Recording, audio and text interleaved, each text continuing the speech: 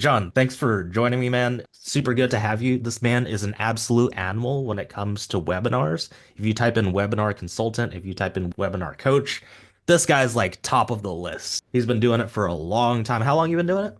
Over 10 years full time and about 12, I would say in total, part time, couple years, and then full time. No JLB for over a decade now. So yeah, it's been a journey. Oh, dude, that's amazing, man. Yeah, you've been doing it longer than I've been an adult. I feel like I don't know, not to like prehistoricize you or I anything. know you're aging me here. Come on. Dude, Yeah. tell us a little bit about like how you got started, man. Like what's your story? What's your come up? Yeah, so I was like many people, I wanted to leave a career I no longer loved and was trying to figure out how to replace my income. So very selfish reasons for wanting to escape a career. I went to school for the career. I was a physical therapist in a previous life, got into that, loved parts of it, hated other parts of it, decided I didn't want to work for anybody else or open like a physical practice. So I started like reaching out and finding ways to make money. I tried stock trading, network marketing. I mean, like literally everything that people do when they're starting to try to figure things out. And took a course like in 2011, maybe 10, 11, on like from T. Harv Eckert back when he was doing seminars a bunch on how to make money on the internet. And so I was like, oh, I was one of those guys that ran to the back of the room, signed up for the course, put together this info product, sold one or two to my family members. And I'm like, okay, I don't know what else to do here. Right. But it kind of sparked my interest in selling online. And so I started studying marketing, sales, online marketing stuff, taking YouTube. I started a YouTube channel way back in the day on physical therapy and really just fell in love with digital marketing and learning all those kind of things. And so started doing live video kind of presentations back before Facebook Live, before Zoom was around. And I started training a training program on that. I was teaching other people how to do that as well. And then I pivoted more broadly into webinars when I started selling that program, that live stream program to other people. And I started collaborating with others. So my whole thing was like, how do you partner with other people? How do you present to their audiences? And how do you profit from that? And that's sort of the model that has helped me have this decade plus, run of good money and not a ton of work too. Very leveraged model, that kind of thing. So yeah, a little bit about me. So cool, man. What do you think would have happened? Because you mentioned like you kind of got started because you hired someone that kind of showed you the ropes and showed you how to do this. What do you think would happen if you made the opposite decision that you did in that moment? From not hire somebody? Well, I hired a lot of people along the way to show me stuff. I hired a gal to help me show me how to use the live videos and all that stuff. Maybe I would have figured it out just trying to piece information together, but I'm always a fan of trying to shortcut the path a bit. And if you can, why not hire people to speed that up? So I'm a big fan of hiring people. I've gotten back into YouTube now, and like this is 2025. We're recording this. I literally am in a YouTube program. I hired a YouTube consultant. Like I've already spent like 10 grand on like YouTube coaching, literally in the last couple months. So it's a shortcut, right? You know this, Chris. You're really good at this. Like you're like this the ultimate bulldog of like, I'm just gonna go all in and hire a bunch of people to teach me stuff. And to your credit, it shortcuts a lot of the steps, right? I mean, what would take somebody years to figure out on their own, you've been able to do in a lot less time by just hiring people that are doing what you want to do and just modeling them and just taking fast action on it. So it's a shortcut, right? It's a shortcut. You can save money and spend more time, or you can save time and spend a bit of money, right? And those are sort of the trade-offs that each individual has to make given their situation. So, Yeah. yeah. Yeah. It's funny because sometimes it feels like on the front end, you're saving Mhm. money if you spend your time to do it. But Yeah. there's a lot of like hidden phantom costs that you just don't think about or opportunity costs. So I Yeah. always think like the first coach I hired, like let's just say he made me a minimum of 100K a year, like immediately right Yeah. off the bat, right? Right. So Right. if I tried to figure it out for myself for 10 years, because I did, and if I knew how to do that 10 years ago, and I add that up, 100K times 10, like what is that? That's a 100K million. times 10. Yeah, Yeah. A million. Yeah. that's a million, right? So that's $1 million that I didn't make. It cost Right. me $1 million to not know how to do that 10 years ago. And I think that's Right. something that people don't put into consideration. And I know it's a weird frame of thinking, but it's a total entrepreneur way of thinking, right? Like opportunity Yeah. costs. And if you don't think that way, like it's just, I feel like you miss I out. mean, I've worked with some very large companies as a webinar consultant, like Shark Tank companies, multi-million dollar, a couple billion dollar companies. And like the entrepreneurs that lead those organizations, one of the characteristics that they have is they compress time. Like they're really good about compressing time. And what I mean by that is they can do what might take somebody like 6 months to do in like 2 weeks, right? And how do they do that? One, they take fast action. Two, they hire help. Three, they're okay being imperfect, and like they're willing to jump off the cliff, pull the parachute on the way down, hopefully break a few, dishes or eggs on the way down, and then just figure it out, right? And so Yeah. imperfection and fear of criticism hold a lot of people back. The biggest bulldogs in business that I've been around, they compress time like crazy. They just go. They just Yeah. do. And they're okay looking stupid or making mistakes or breaking a few things on the way. Yeah. I don't know if you've ever noticed this, John. I don't know if you hang out with people that are have jobs and normal people, but I've noticed something a lot too when I hung out with people who traded their time for money, essentially working a job. They always valued money over time. So they would Yep. spend their time to do things to make a little bit of money. But then I started hanging around like people like you guys, right? And everybody respects time so much. Only like people who have jobs, they ghost people on their appointments. Like they're the ones that no show on calls. But the people that Right. are like high level, they're always like punctual and on time because they respect others' time so much, but they also respect their own. So I think that's Right. a huge mindset shift as well that I think a lot of people need to adopt if they want to be successful in being their own boss. Yeah, as the saying goes, you can always make another dollar, you can't make another minute, right? And that's sort of a philosophy thing in life. And it really comes down to your philosophy. I think most people are smart enough to succeed. I don't think it's an IQ thing. Yeah. It's more of a philosophy thing. Like it's how you think, how you show up. Are you going to show up as a professional? Are you going to be on time? Are you going to do what you say you're going to do? Are you going to be workable? So many people just aren't workable, especially if you're going to be an entrepreneur. You need to what? Work with other entrepreneurs. You need to have that network, those connections. And people who are doing things that have high standards, that are succeeding, they respect workability. And if you're not a workable person, meaning you don't do what you say, you don't show up, you don't fulfill, you're going to struggle, right? You can't just be the loafer. You can't be the person that's, oh, I'm close enough. I'm 5 minutes late, whatever. Sorry, I had to do the dishes. Like that kind of stuff doesn't fly, especially if you're going to hire, grow and hold yourself to a bigger standard. So part of it is personal philosophy and mindset. That is very important to Mhm. do. And I didn't have this stuff naturally growing up. I've developed it through a lot of reading, through a lot of mentorship, a lot of action, right? A lot of action will shift your identity over time. I always like to say there's mindsets and skill sets, right? Those are the big buckets, and people poop on mindset, they poo poo on it. They say, oh, that's stupid, but it is a big thing, right? You have to be able to show up a certain way to succeed and to gain the trust of others to go faster.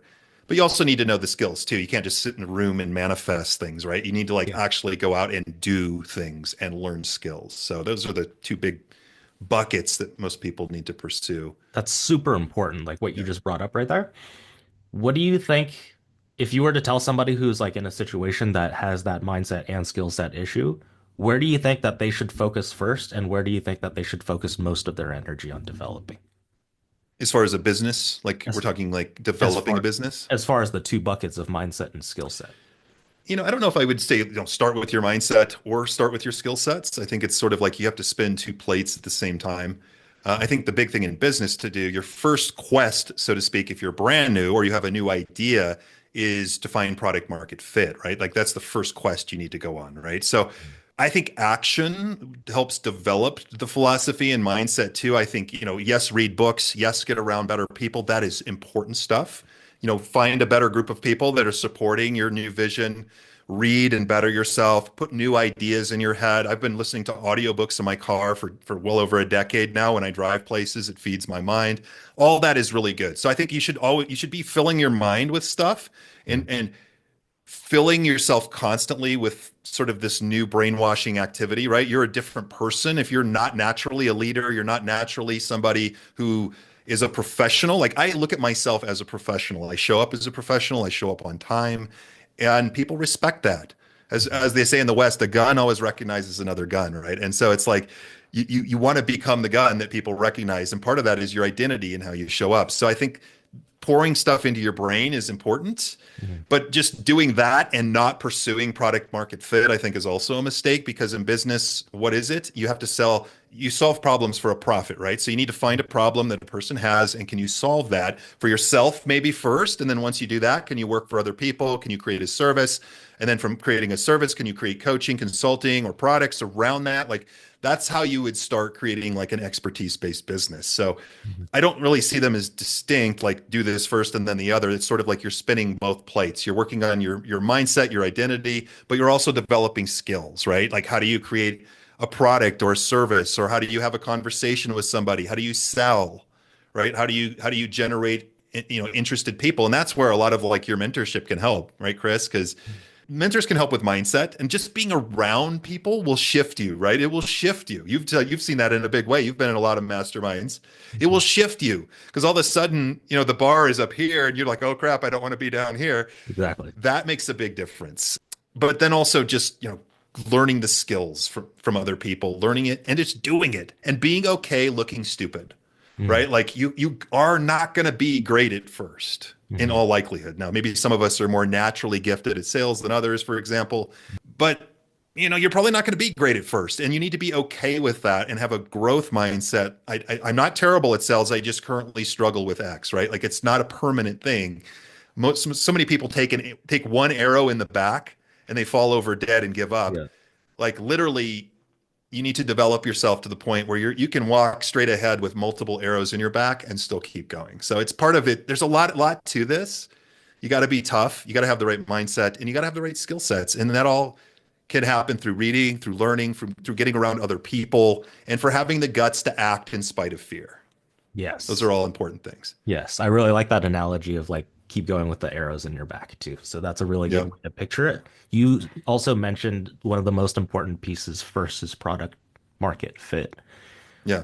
For those that don't understand, like what is that exactly and what indicators are you looking for to know that you have a good one? Yeah, I don't have like if X number of people buy or something like that. It is a bit of a feel, but it should, my loose definition would be you have let's say you have a service.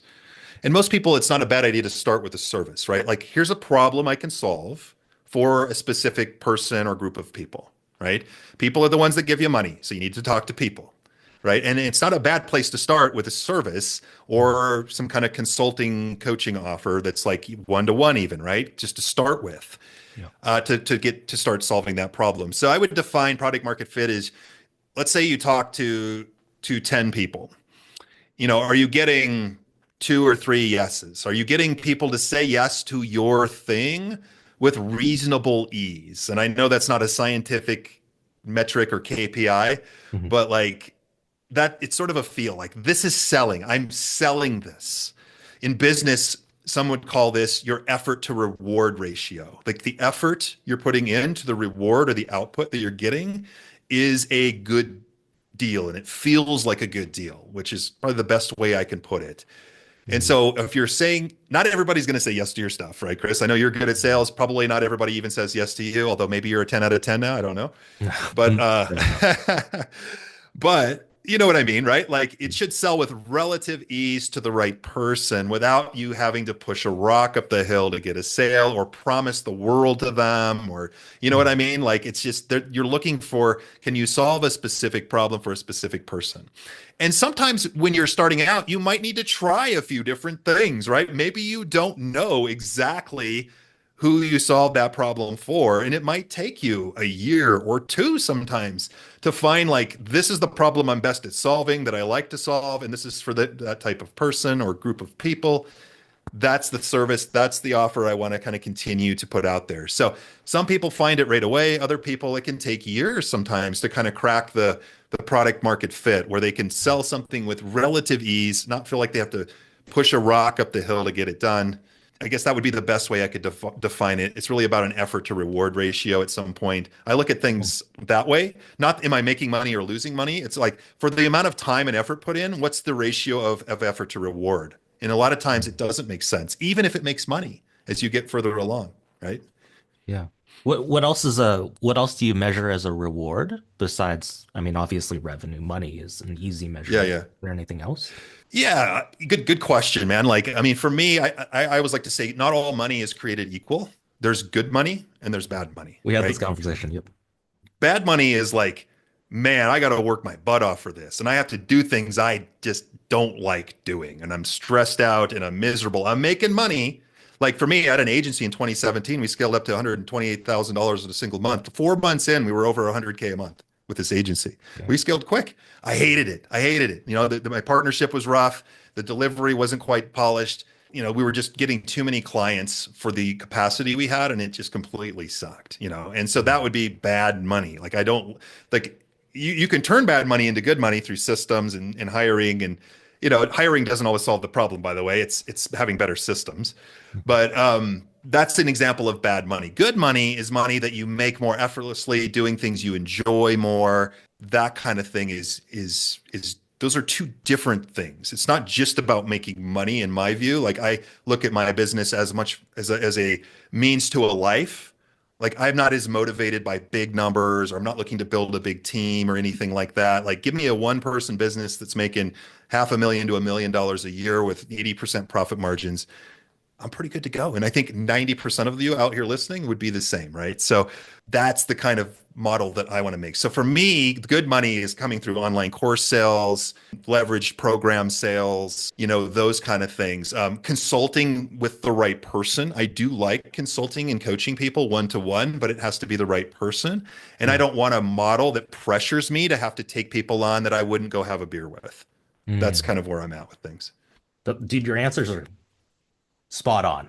Amazing answer. For me, they are. Yeah. I Yeah. mean, do you agree with that? Or, I mean, Oh, what about you, completely. Chris? Like, I mean, well, we had this conversation a little bit, and I think that makes sense for most people. And I do agree that there's good money and there's bad money. I think totally, we all have different perspectives on what that means.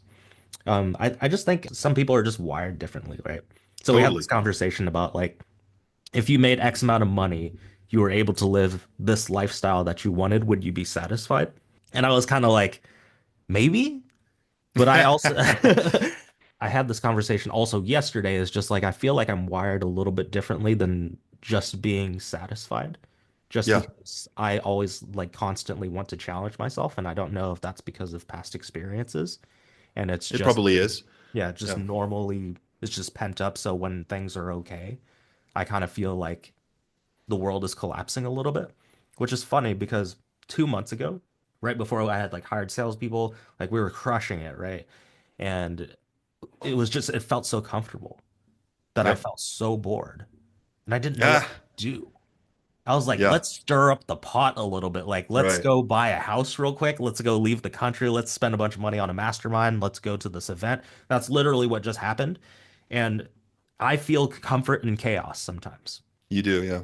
We talked So, about this. Yeah. yeah. Yeah. So I Yeah. definitely feel like everyone's goals are a little bit different, and sometimes other people's goals don't make sense for Hmm. even like a broader scope of person. It's not that I wouldn't love the comfort and, Yeah. the security, Well, but we I just talked need about this, right? In life, it's the order of chaos theory, right? Like if you study philosophy, like there's chaos and order, right? And either one of those can be too much, right? Like too much order stagnates and can bore people and not push things forward. Too much chaos can create the wrong thing as well, right? And so completely. for me, I look at things like I can pursue something because of the love of the pursuit, or I could pursue something to prove something. And I think there's a negative way to pursue and grow and a positive way to grow and pursue things, right? And so I think as long as it's for you, and it's just an individual thing, right? It's not like you're right. People are different. People are motivated differently. And for me, the more I pursue things from a lack perspective or I'm going to proving perspective, like underneath proving is I'm not enough, right? That's one of the biggest human subconscious operating systems is I'm not enough, therefore I need to do more to be enough. Mhm. And so that can be a bit unhealthy at times if you're Mhm. sacrificing other areas of your life. So I think it really just depends on you.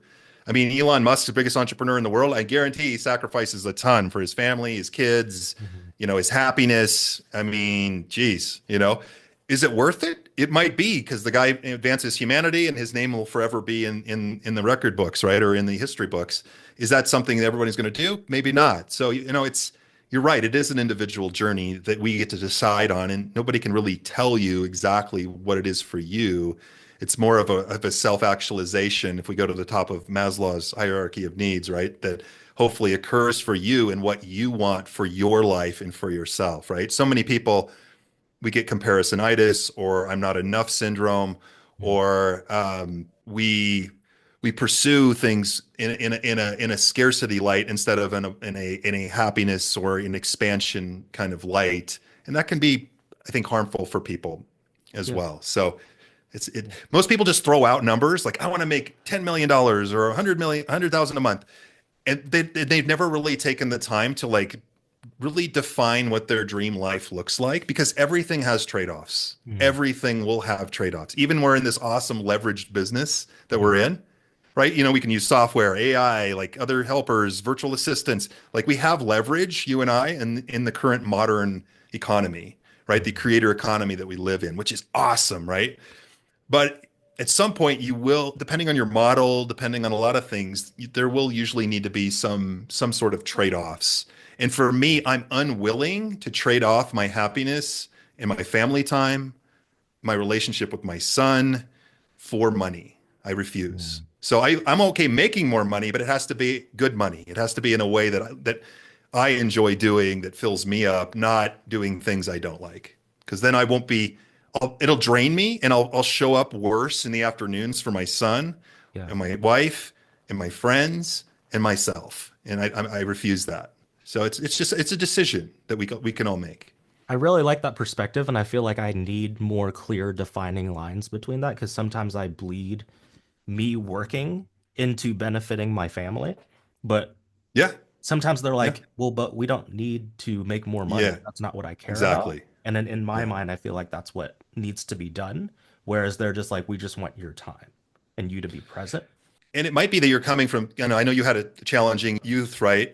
You maybe are coming from some of that like lack perspective a little bit, because you're doing great, dude. Like you're like a one percenter, dude, like in this industry. You're kicking ass, Thank you. but it's like it's never enough. And I'm not saying don't grow. Like if you feel aligned with growth and it fuels you, then great. I think just make sure that fuel is coming from a positive light and not a dark light, right? It's what Mm. it feels like. Because at least that's my view. Because your kids and your family, like I don't know if your wife's in your industry, is she in the industry or she's not. She's like, what the hell do you do, Chris? Is that kind of what she's?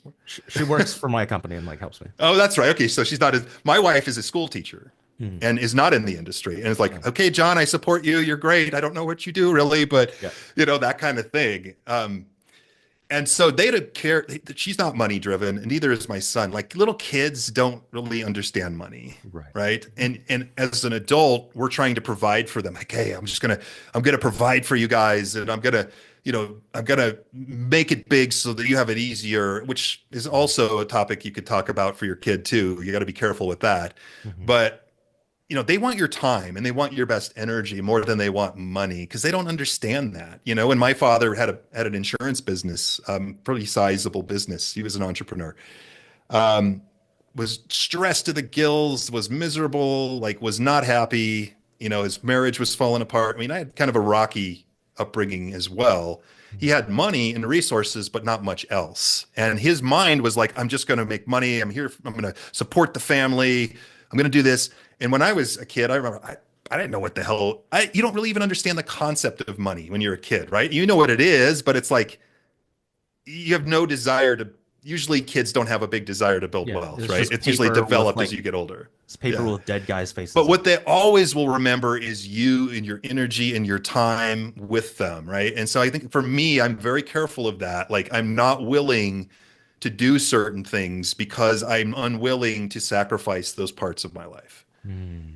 You get what you tolerate in life. And I don't tolerate growth at all costs for me. I It's know I'm definitely leaving money on the table. I know right. it.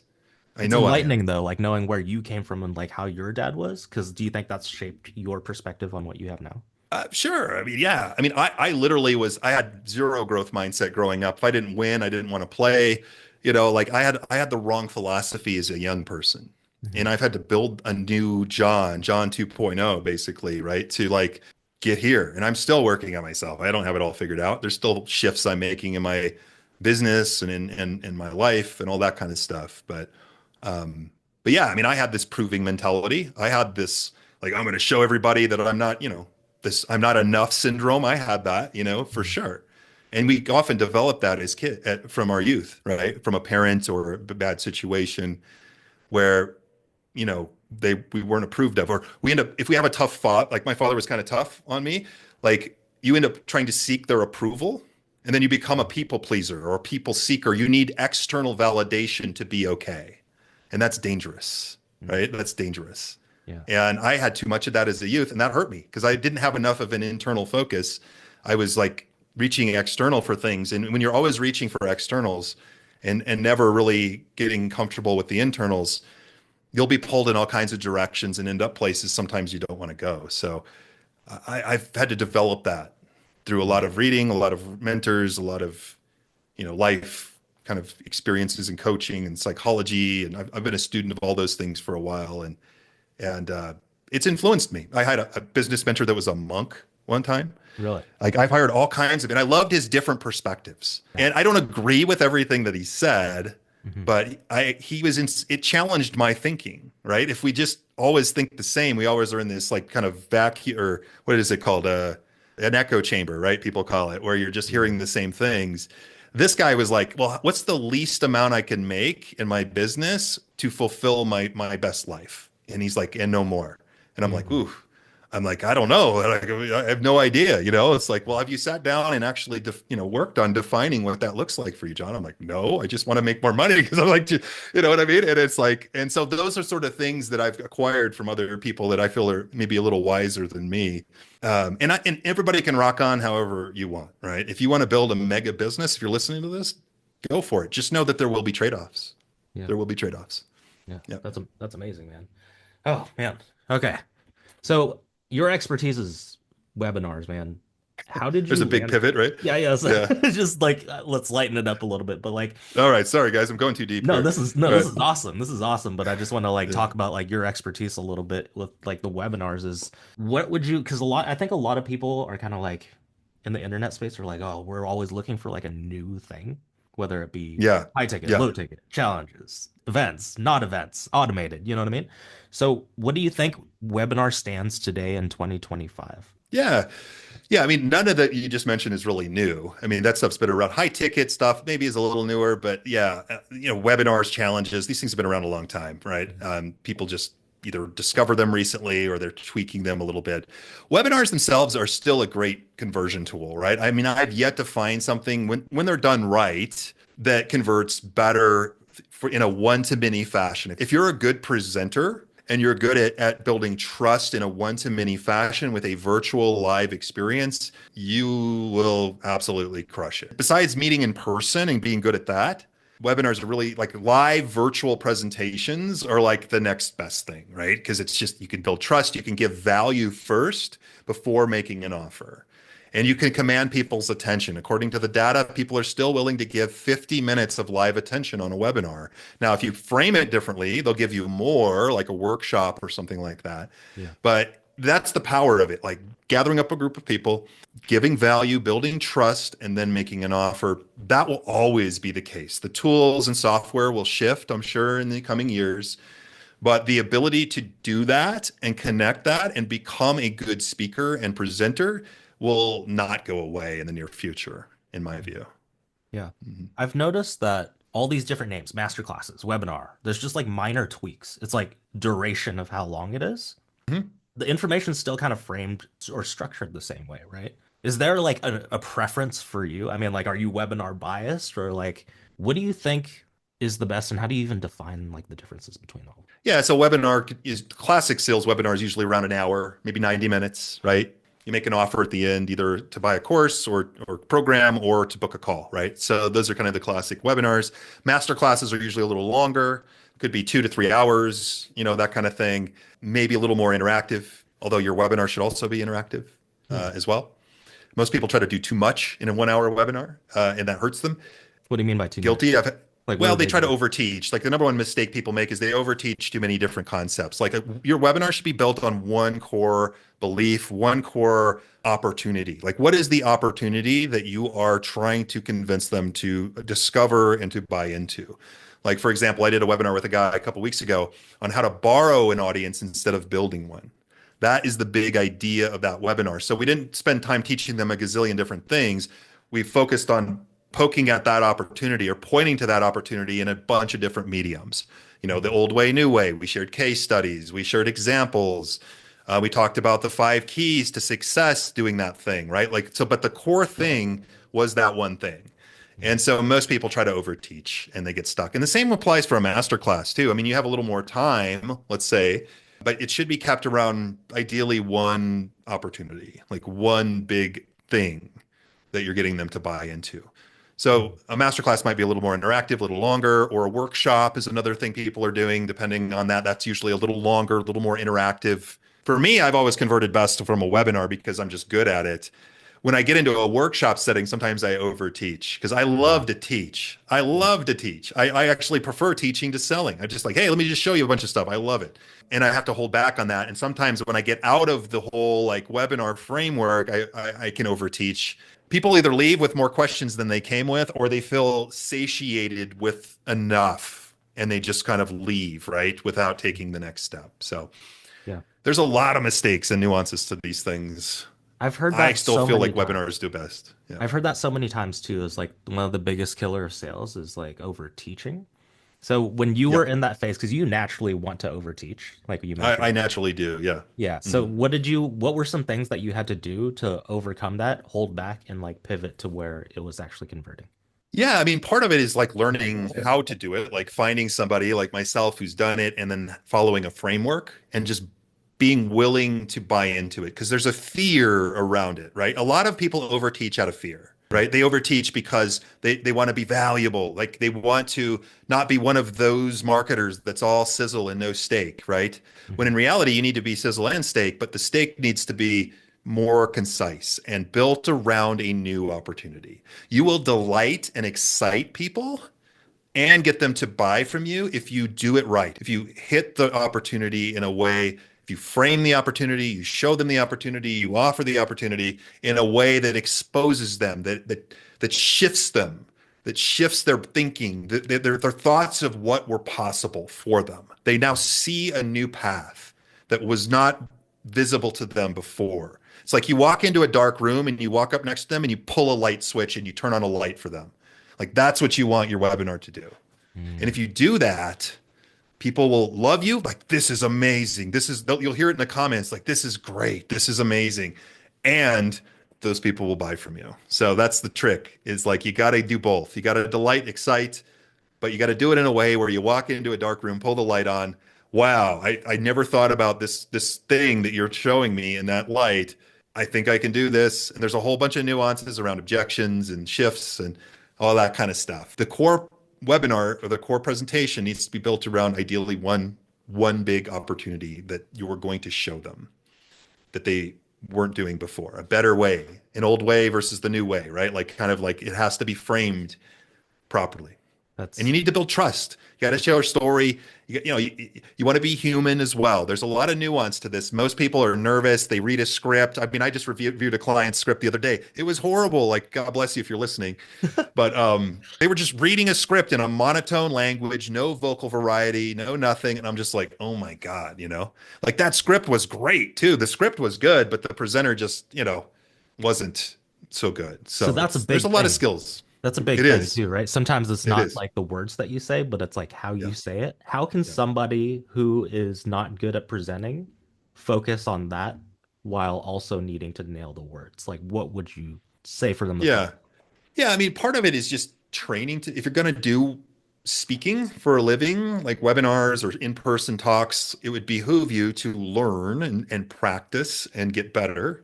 There are plenty of trainings on this. There's plenty of videos on YouTube. If you just like watch the top 10 YouTube videos and then just practice, you're probably going to get better than 90% of the people out there. You know how much practice most people have done at being a better speaker? Zero. Yeah. right? Zero, not a damn thing. I was in Toastmasters for a couple of years. I mean, not that it's the greatest selling program, but it gets you comfortable speaking because I wasn't naturally a comfortable speaker in front of people, Mm-hmm. like not naturally.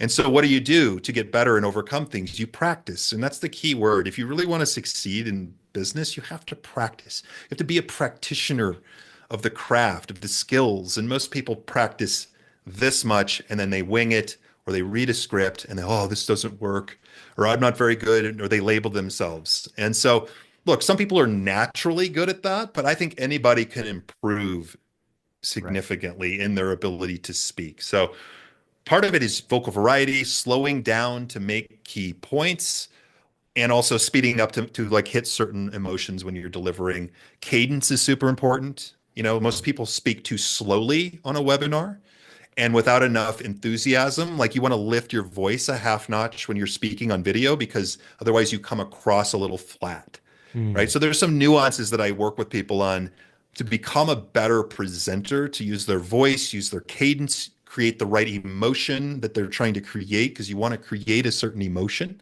at certain points in your webinar. In addition to having a sales narrative that converts, right? Those Mm. are the key elements. Presenter, message, offer. If you get those things right, you're going to do much better. And it takes practice. Like I'm not, there's no hack. I mean, you can use AI to write the scripts or things like that, but you still need to be able to deliver a good presentation. If you learn that skill, you'll crush it. Right? You'll always make money. I'm assuming most people come to you because they're like, I don't know what to say. I don't have the system built Yeah. out. Do you Yeah. find yourself like, is that normally their problem, or are you normally like having to do that, but also like mainly fix on their presentation skills? I mean, some people are already good. It depends. I certainly evaluate that. Like I have what's called a genius model graphic. So a genius model is a Venn diagram that outlines the core elements of your program. If you're not using visuals to sell in your Zoom sessions, you should. I don't know if you're doing that, Chris, but you should. If you're not, you'll close more deals. Mhm. And so mine is presenter, offer, message, right? So I look at all, if I'm optimizing, if someone comes to me and they're like, John, I have a webinar and I want it to be better, I go, great. You know, I find out where they are, I look at their numbers, then I say, well, would it be helpful to see how I work with my clients? I pull up a visual and it's that Venn diagram kind of perspective. And I talk about the different components that I evaluate in their presentation. And it's really those three. Do you have a good offer and are you positioning and delivering your offer well? Do you have a marketing message that gets your ideal buyer to know, understand, and believe what they need to believe about themselves, the opportunity, and about you? And then are you delivering it well? If it's a live webinar, or even a recording, right? Like it needs to be delivered. Like I could give the same script to two different people, they'd get two different results completely.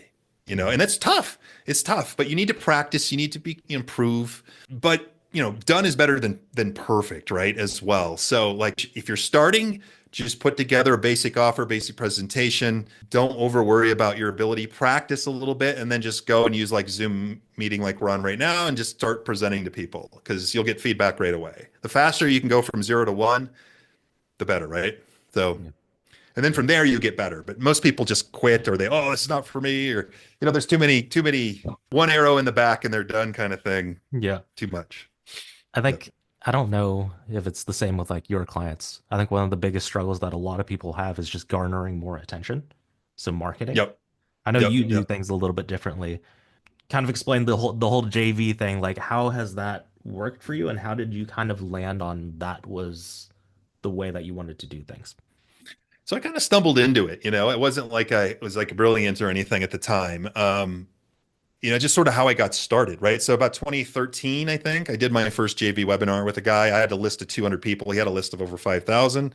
Why would he partner with me? Because he liked me, liked my product. I gave him a cut of the commissions, and I ended up getting my first 11 clients from that first presentation. Then he introduced me to another person and another person, another person, right? And I just sort of kept growing my list, adding about 300 to 500 subscribers to my list every time I do a webinar.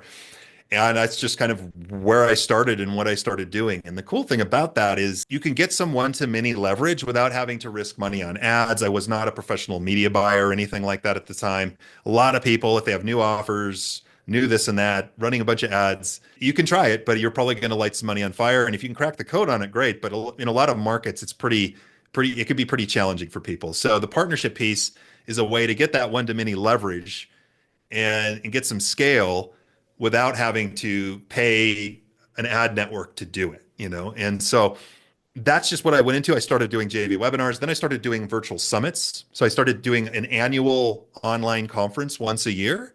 Mhm. And that really took it up another level. So I would invite like 25 to 30 influencers to an Mhm. online conference and I would interview them. I would host it.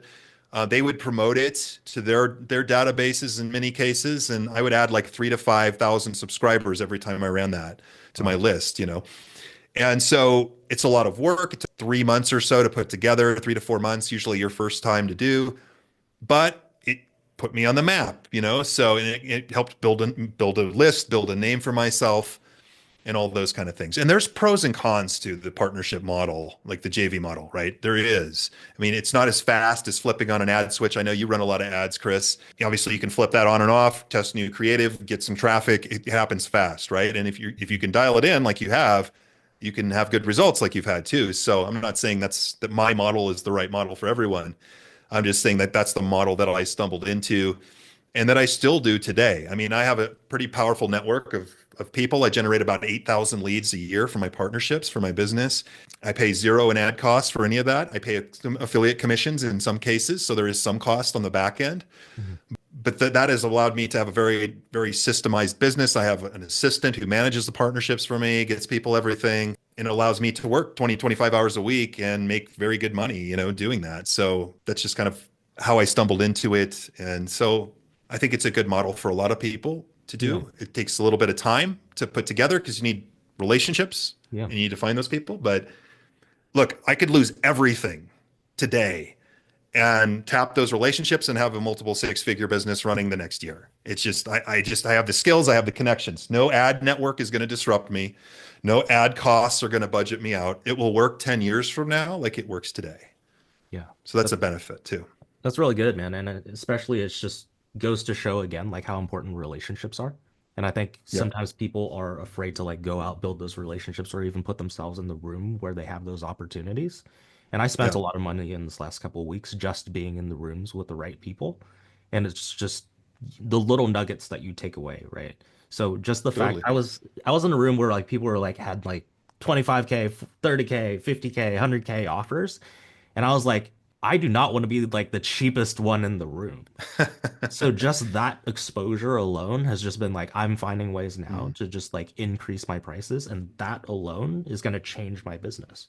Because if I just Mhm. double my price because everyone around me is doing it, then I immediately am like kind of doubling my business, right? Yeah. And so there's a lot of like underlying opportunities that you'll never think would come to putting yourself in a room around other people. Obviously, you know relationships and you know how beneficial it is. What are some big benefits that you've gotten out of just being in the room or being around the right people? Yeah, I mean benefits. I mean, I've been in masterminds and things like that. I'm in a coaching program right now for YouTube because that's kind of a big focus for me right now. I mean, the benefits are many, right? I mean, obviously everything from learning skills or nuances to things, how to say things, how to price things, how to offer things. So there's a learning component to being around people that are smarter than you at whatever you're doing, right? Like that kind of thing. There's the relationship, as you mentioned. A lot of those people become colleagues, or, you know, in my case, many of them become promotional partners. Not all of them, but many of them will actually promote my business as well. I mean, that happens quite a bit.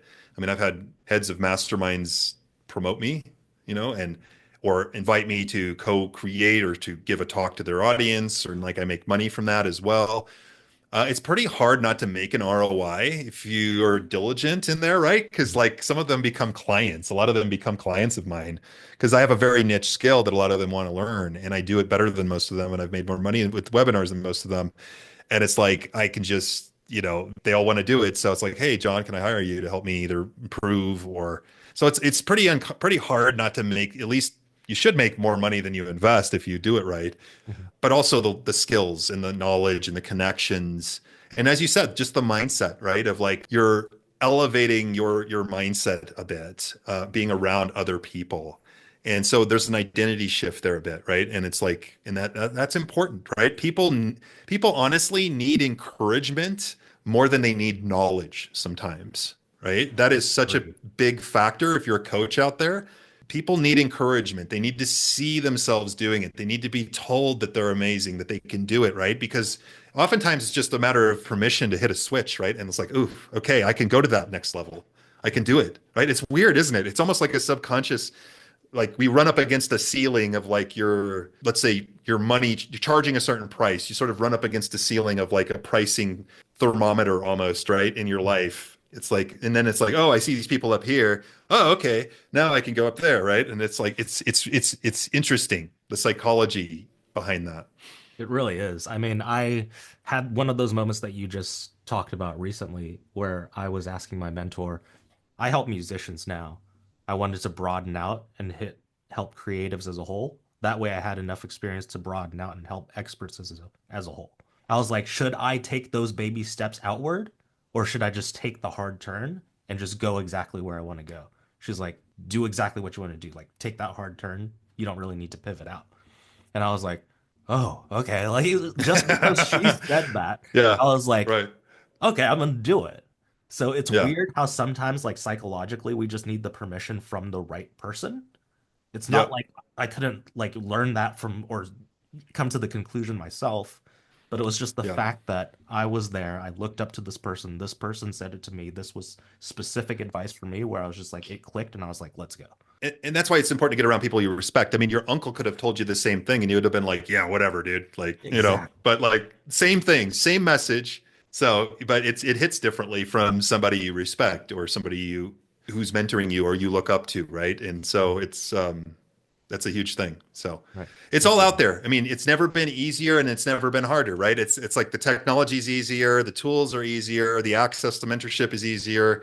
I mean, literally, you can find anything on YouTube, at least at the free level. Now, you should still get it around other people because that does affect you, right? Like Mhm. being in the room, being around other people, elevating your network.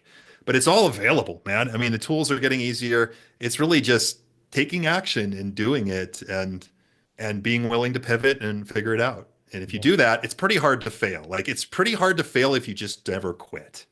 it's It's true. pretty hard to fail. It's true. And what you said about it's not just information, but it's also encouragement is like a big thing.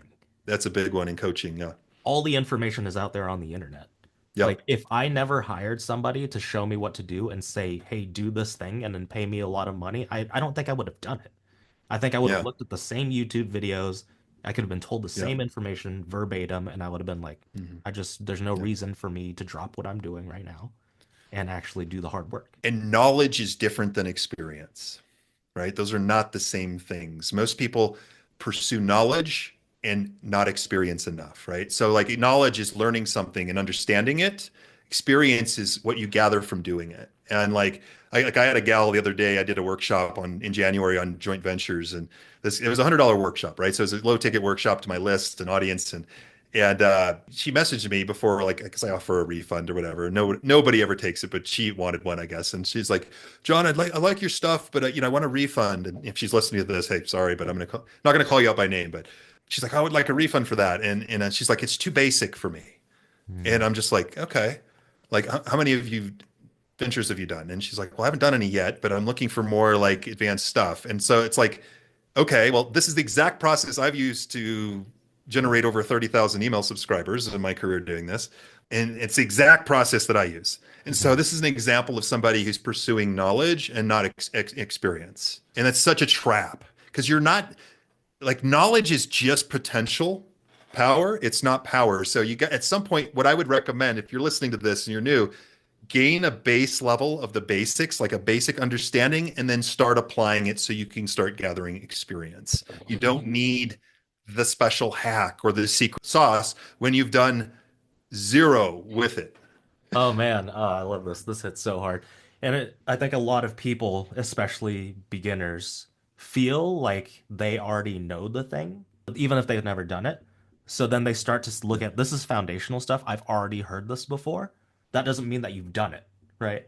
And the Yeah. funny thing is, after I hired my first coach, I hired a coach every 3 months to teach me the same thing, like Mm. the Hmm. same thing.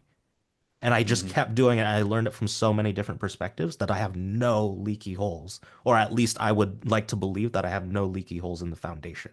I've now hired a lot of man coaches, so there's a very masculine angle to it. And I noticed like when I coach females or people with like more feminine energy, that masculinity is a little bit like off-putting. And so like I've Mm. started hiring coaches that are females or have different energy so that I Hmm. can adapt to that as well. And I think a lot of Mm. people don't think that way. They just think Are I've heard most this once before, I'm good. are most of your clients men or women? I'm getting a good mixture now. It was men at first, and Pretty like a close. lot of women are coming in. Yeah. Hmm. Yeah. Interesting. So Cool. that's something I was like, there's a hole here somewhere that I need to Mm. learn how to be more empathetic, learn how to, you know what I mean, encourage people when they're not driven that way, when they're not just like wanting to get yelled at all the time. Yeah, right. So that's why I Exactly. Yeah. started seeking out other mentors to show me the same thing but from a different perspective. So I think that's a huge rookie mistake is just like feeling like you already know everything. Because there's Yeah. always things Well, that you know, and then there's like as more things this, that you don't know, and then there's even more things that you don't even know that you don't know. yeah, So and our egos tend to block our progress, right? Like we like, oh, I know that. I know.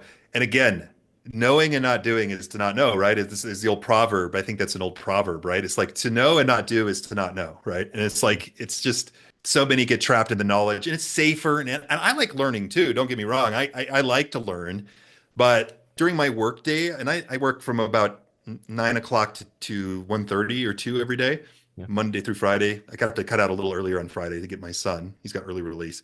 But it's really like I call it there's game time and then there's extra time. So like during game time, during those hours, I'm focused on action oriented tasks. I'm focused on producing.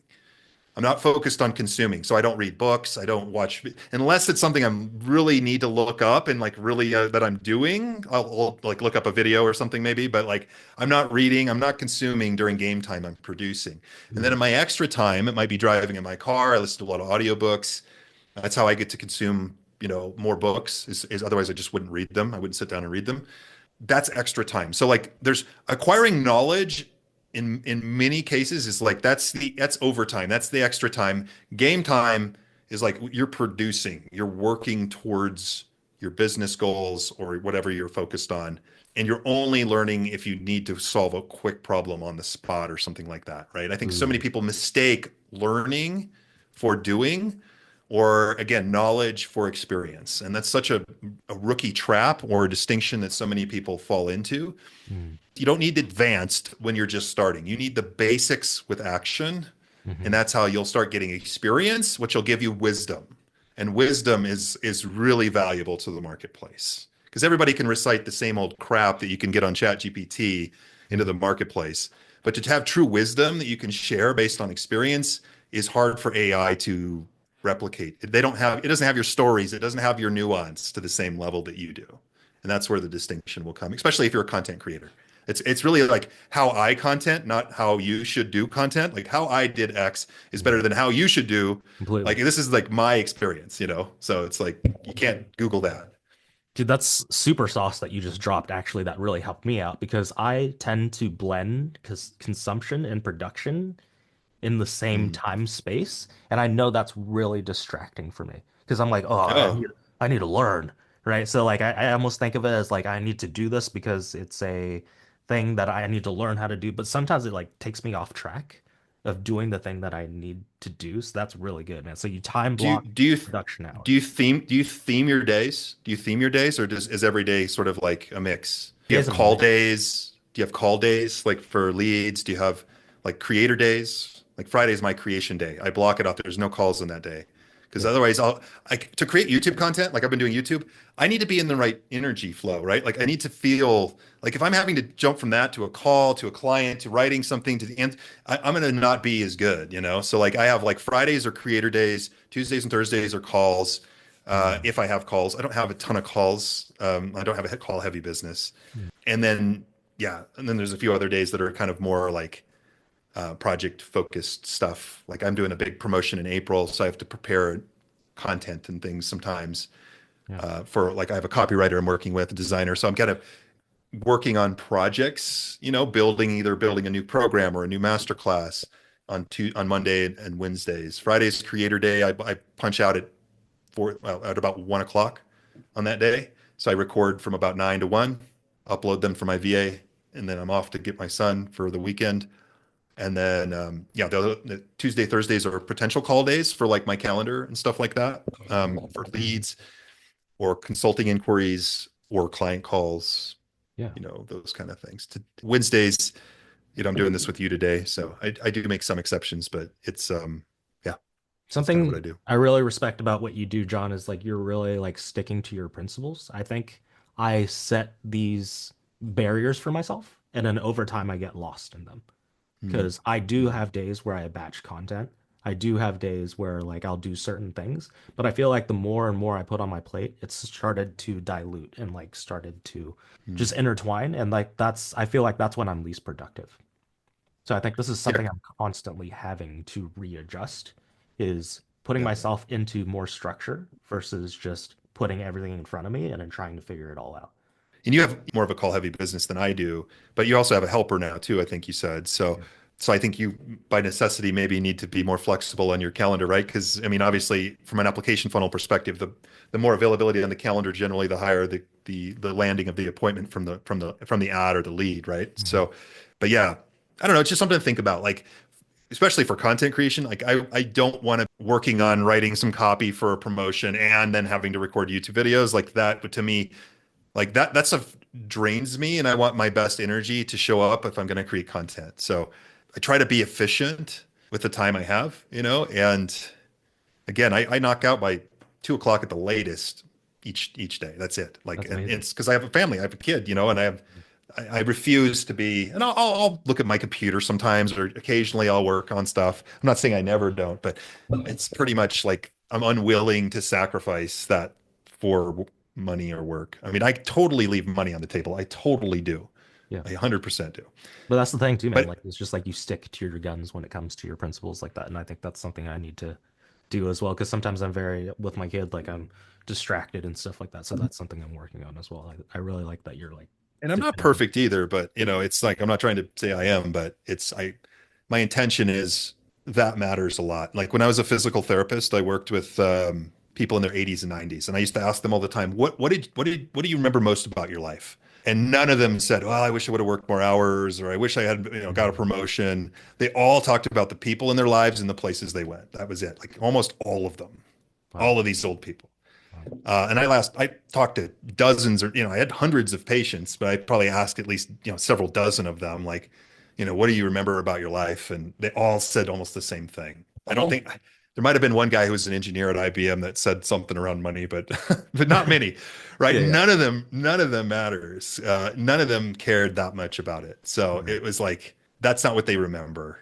And your kids won't really remember that either. And your kids need to make their own damn money anyway, right? It's like, don't rob them of the chance to struggle for it a little bit and to Yeah. create themselves. It's just, I don't know. I hear what you're saying. Like, I also want to provide for my family and my kids. I think it is important as a man. I feel like it's part of my duty. I do. And so, but at a certain point, it's like, okay, like I'm not opposed to making more money, don't get me wrong, but I'm going to do it in a way that's leveraged. Like that's why I'm going all in on organic social media. Like I want to build a sizable organic audience that I can sell courses and programs to in a very leveraged way, Yeah. right? Like I don't want to have to grind through coaching or consulting a bunch of individuals as much. Like I want to create the one to many, even further the one to many model. And so that's the kind of model I want. So it's going to take a little bit of work to continue to kind of push in that direction, but Dude, um, take me through yeah. that. It's 2025. You're now going all in on content. What made you make that decision? I think it's getting part of it's getting clearer, like what your dream model is. I was just coaching a client this morning actually on this. Like a good question to ask is like if you could, if you knew it wouldn't fail, what would be your dream business model? Like if you knew it was going to succeed, what would it be? And so part of that is an awareness of like how you like to deliver. Like for me, I don't necessarily love managing a big group coaching program. I Mhm. don't love having to handle people's stuff for long periods of time. I'm more of a fast start personality. I tend to like to sell courses, short cohort engagements, short group coaching programs built around a specific topic, Mhm. and then move on from that, basically. Part of it is defining how you want to deliver your services and what you're okay with. Like I mentioned, I had that agency. That sucked, even though I made a bunch of money, like quickly. And I don't want that sort of model. I don't want a bunch of agency clients. I don't want a big team. I don't want to manage, hire, and fire people all the time. For me, I want a one-person solopreneur business with a handful of outsourced helpers that has, 80, 90% profit margins where I can make, $1 million+ a year. And that's my model. Mhm. That's what I want. And so in order to do that, what do I need to do? I need to be able to generate enough organic traffic to do that. And by the way, I enjoy creating content, so I'm enjoying going back to that now.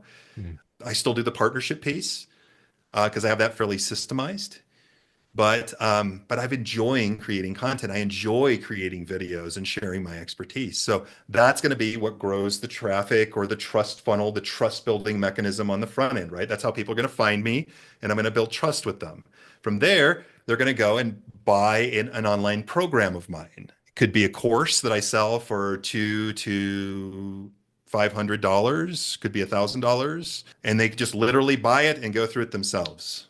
Like Mhm. that would be one of my primary offers. And I know several people online that are doing that and making $2 to $5 million doing that. So I know that model still works. You just Mhm. need to build a big organic audience to do that. Otherwise, it doesn't work.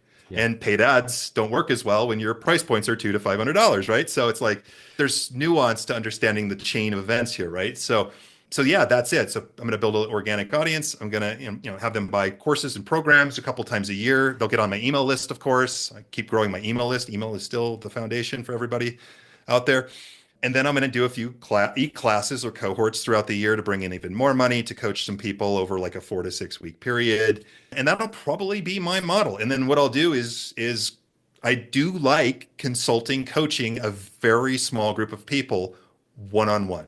I Yeah. actually enjoy coaching people one-on-one. I like to really get to know them because coaching is hard to scale. Good coaching is hard to scale. Because what is good coaching? Really listening and understanding people deeply and helping to unlock them, helping them to see a bigger potential. That's hard to do. It's Mhm. a tough skill to learn, and it's certainly hard to do in a large group, right? So it's that's my model. And so course sales, cohorts, some consulting. Give me $1 million a year with 90% profit margins, working 20, 25 hours a week. I I'm love it, good. man. Love it. So you Yep. reverse engineer everything. You're like, what's the lifestyle, the outcome I want? And then you just 100%. work backwards Yeah. from it. But you I'm an have, engineer mindset. This is what I yeah, do with my clients. We look at how are you getting discovered? How are you building trust? How are you converting? How are you delivering? And what is the ideal model for you in your situation, right? Because it's different for everybody. People are wired differently. yeah. And it's not the same. All money is not the same as we talked about earlier. So, Yeah. And we're kind of like in the same space, but we do things differently too, which is really cool to hear another perspective, man. And like seeing what you do yep. and how you operate. Super cool, man. Dude, this has Cool. been an awesome conversation, man. Thank you for jumping on Thank and you. sharing all your wisdom, man. This is so great. Obviously, where can people find you besides like typing in webinar consultant? I think I'll die with that on my tombstone. Yeah, so obviously, if you can just Google webinar consultant, if you want to get good at creating a presentation that converts, becoming a better presenter, selling one to many, just Google webinar consultant. You'll find my website, johnschumacher.com. You can reach out to me there. There's a ton of free resources there as well. You can also find me on, Facebook, LinkedIn, YouTube now. I got some YouTube stuff going on, all those kind of things. So you can just search my name, which is John Jon. Everybody spells my name wrong. I should probably have a better system, but Jon and then Schumacher, Schumacher, like the race car driver.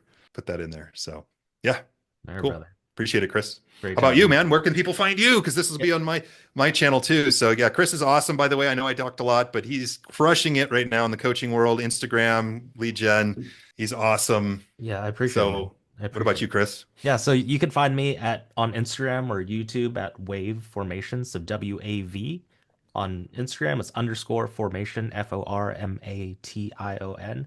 But basically, what I help with is I help a lot of musicians who teach other people, and I show them how to, instead of trading their time for money with hourly lessons, I show them how to create a high ticket, more automated package, and then I show them how to do marketing to attract people that are willing to pay, and then I show them how to do high ticket sales. But I'm starting to branch out towards just like experts and people who are really good at what they do and showing them how to build online education businesses. But I have a YouTube channel as well. You can find me there, Wav.Formation. Actually, it's also created a new channel and it's Chris Toe Vanto. So it's Vanto or Wav.Formation on Instagram.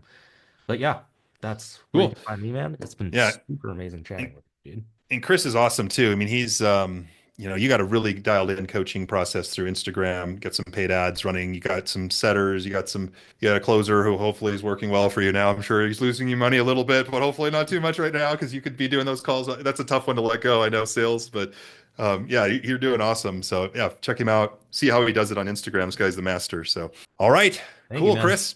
Thank you. Appreciate you. And we'll talk to everyone listening soon.